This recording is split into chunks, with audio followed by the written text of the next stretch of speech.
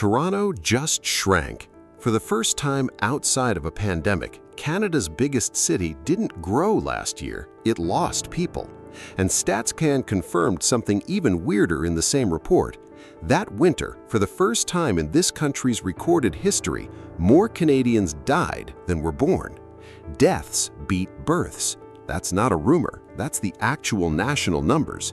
So while the headlines are busy panicking about a shrinking, aging Canada, something completely different is happening underneath. 13 small towns across this country are doing the exact opposite. They're growing, they're hiring, and in 2026, they are still somehow affordable. Not cheap by Toronto standards affordable, actually affordable. We're talking a $50,000 cash bonus just to move somewhere, $10 land, free land, and one city that can legally dodge sales tax depending on which side of the street you live on. This isn't the same recycled "look how cheap rent is" list you've already seen 20 times. Every number here is fresh for 2026, and most of it nobody else is covering. Grab a coffee. We're counting down 13 Canadian towns that are safe, hiring, and still affordable in 2026, and the number one spot is not what you think. Number 13, Miramichi, New Brunswick. You can buy a home in Miramichi for less than the average listing price in almost any city in the country. The average home here goes for around $271,000, roughly 13% below the national median. Population is about 17,800, tucked along the Miramichi River in the north of the province, built on forestry, fishing, and a lot of Irish and Scottish last names. Here's the twist. The unemployment rate sits close to 14%, well above the national average, and local crime rates run about 16% higher than the New Brunswick average.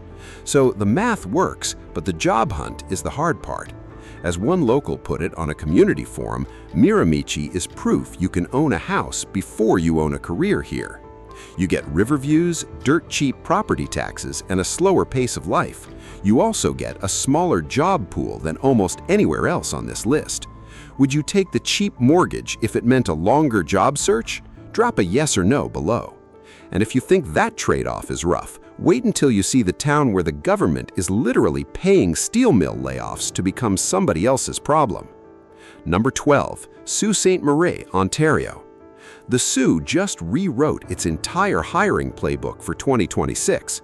Under the Rural Community Immigration Pilot, Sault Ste. Marie dropped sales and service occupations completely off its priority list and added science, finance, and administration roles instead. Translation, they don't want more cashiers, they want accountants and lab techs. Housing is still genuinely reasonable, with the benchmark price sitting around $310,500 in early 2026. But here's what nobody's saying out loud. Agoma Steel, the city's single biggest employer, is bracing for more than 1,000 layoffs heading into this year. So you've got a town actively recruiting skilled newcomers with one hand, while its oldest industry quietly bleeds jobs with the other. It's an old steel town trying to become a science and finance town before the steel runs out. That's either the smartest pivot in Northern Ontario or a race against the clock. Number 11, Moose Jaw, Saskatchewan. Home to underground tunnels, mineral spas, and a housing market that still lets you buy a detached house for around $280,000 to $300,000. Moose Jaw just expanded its own rural community immigration pilot for 2026, adding health as a brand new priority sector and creating 7 new job categories, including home support workers and hotel front desk clerks. But they got pickier too. Gas stations, except truck stops, and convenience stores are now excluded from the hiring pilot entirely, and cooks and retail supervisors are capped at just 5% of total recommendations. This isn't a town that's desperate for any warm body, it's a town cherry-picking exactly who it wants, and honestly, that tracks with the whole country right now. Canada's job vacancies were down nationally heading into 2026, and health occupation vacancies specifically dropped 16%. So the old "Canada desperately needs workers everywhere" story is basically dead. What's left are towns like Moose Jaw hunting for exactly the right person instead of just anyone with a pulse. Crime perception here runs higher than the actual numbers. Locals will tell you it feels rougher than the stats show.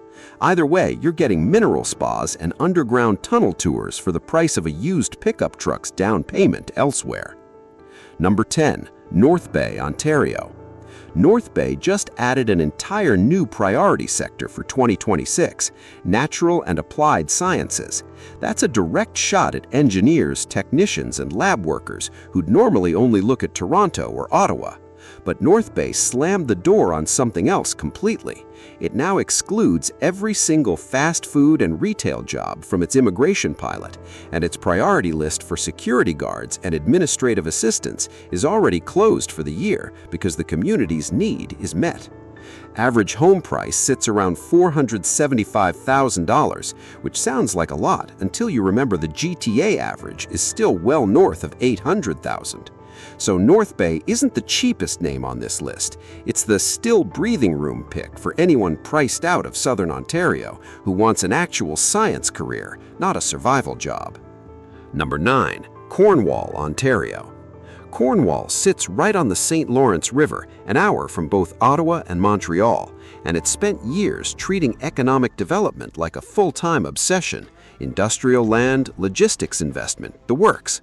Average home price landed around $513,700 in early 2026. Not dirt cheap, but still meaningfully below what you'd pay an hour in either direction toward the capital or the metropolis next door. It's the trade you don't notice until you do, town. You're not saving a fortune on the mortgage, you're saving on the psychological toll of an Ottawa or Montreal commute, and you're buying into a town that's been quietly, deliberately building itself into a logistics hub instead of waiting to get discovered. Quick reality check before we keep going, because it changes how you should read this whole list. Renters actually have leverage right now for the first time in over a decade. The national vacancy rate hit 3.1% in 2025, up from 2.2% the year before, and Vancouver alone jumped to 3.7%, its highest in more than 30 years. Landlords everywhere, even in towns on this list, are competing harder for tenants instead of the other way around. But not every affordable town stays that way. Kingston, Ontario didn't make this list, and there's a reason. Its rent jumped more than 11% in a single year because of student housing demand, while almost every other Ontario market cooled off. Affordability tied to a college town or a hospital can vanish fast. Affordability tied to a genuinely diversified small economy tends to stick around. Keep that difference in mind as we go. Quick thing, if this kind of Canada data actually surprises you, that's exactly why this channel exists. Hit like so the algorithm knows you're paying attention, and subscribe because we're about to get into the towns paying you cash and giving away land for free. Number 8. Brandon, Manitoba. Manitoba's second largest city, sitting at roughly 50,000 people, just released its own 2026 immigration pilot rules covering the full 25-kilometer radius around downtown, meaning the surrounding hamlets count too. Average home price is $374,900 as of this spring, up over 10% year over year, which tells you people have already started catching on. It's not the cheapest stop on this list anymore, and that's the point. Brandon is the town that used to be a secret and is quietly stopping being one. If you want the still affordable window, this is closing faster than most of the others here. Number 7. Montague and the Three Rivers area, Prince Edward Island. Here's a stat almost nobody outside PEI is tracking. From 2021 to 2025, the rural and small-town population of Prince Edward Island grew by 8.2%, the single largest increase of any province in the entire country, bigger than Alberta's boomtowns, bigger than anywhere else. And it's happening in exactly the kind of place we're talking about, small towns like Montague, now folded into the town of Three Rivers, where the average home lists around $436,000. Meanwhile, Toronto shrank. PEI's small towns are the fastest growing rural pocket in the country, and the people moving there aren't chasing rock-bottom prices.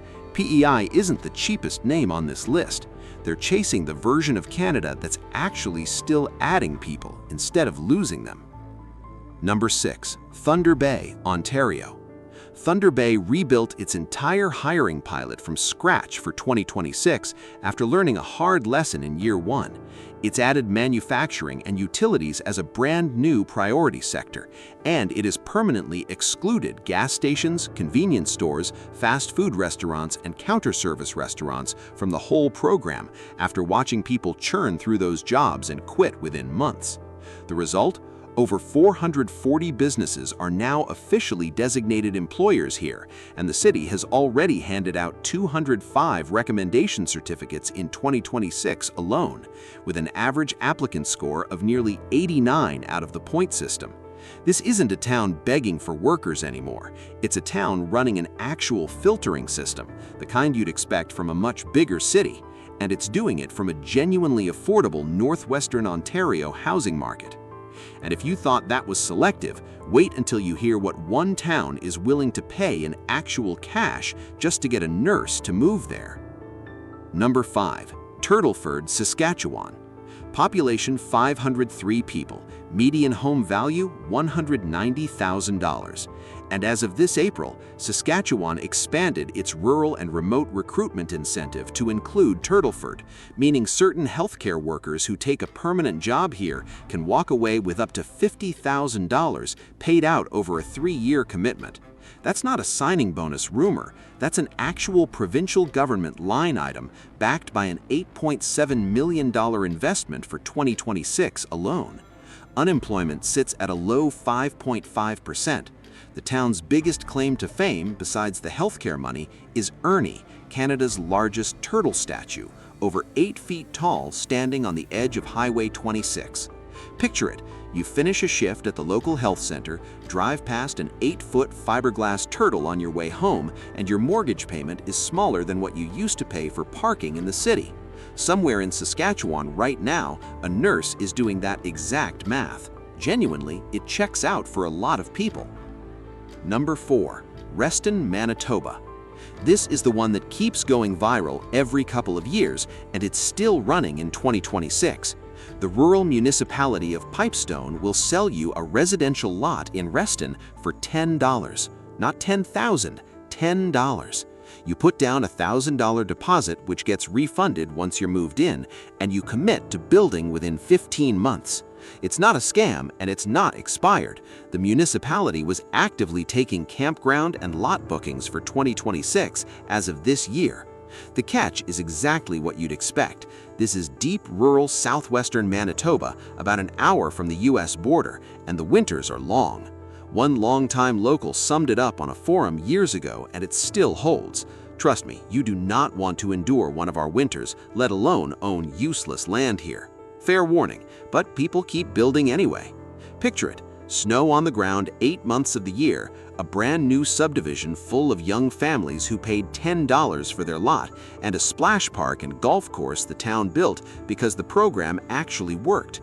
The economic development manager who runs it says it plainly. It's been really good, especially for the schools and rec programs, and there's now a licensed daycare in town that didn't exist before. $10 for a lot, and you still have to survive a Manitoba February? Worth it? Number 3. Saint Louis de Blanford, Quebec. Forget $10. This town, Quebec's official cranberry capital with about 900 residents, has been giving land away for free since 2013. You put down a refundable $1,000 deposit, agree to build a home worth at least $125,000 within about a year, and the land itself costs nothing. Dozens of new homes have already gone up because of it, and the town is far enough along that it's now planning a child care center for all the new families it attracted. An hour southwest of Quebec City, surrounded by cranberry bogs, this is small-town Quebec quietly solving its own population decline with a program most of the country has never heard of. One resident who took a free lot big enough to dig his own small pond put it perfectly. In a city, just the land would have cost as much as the entire house.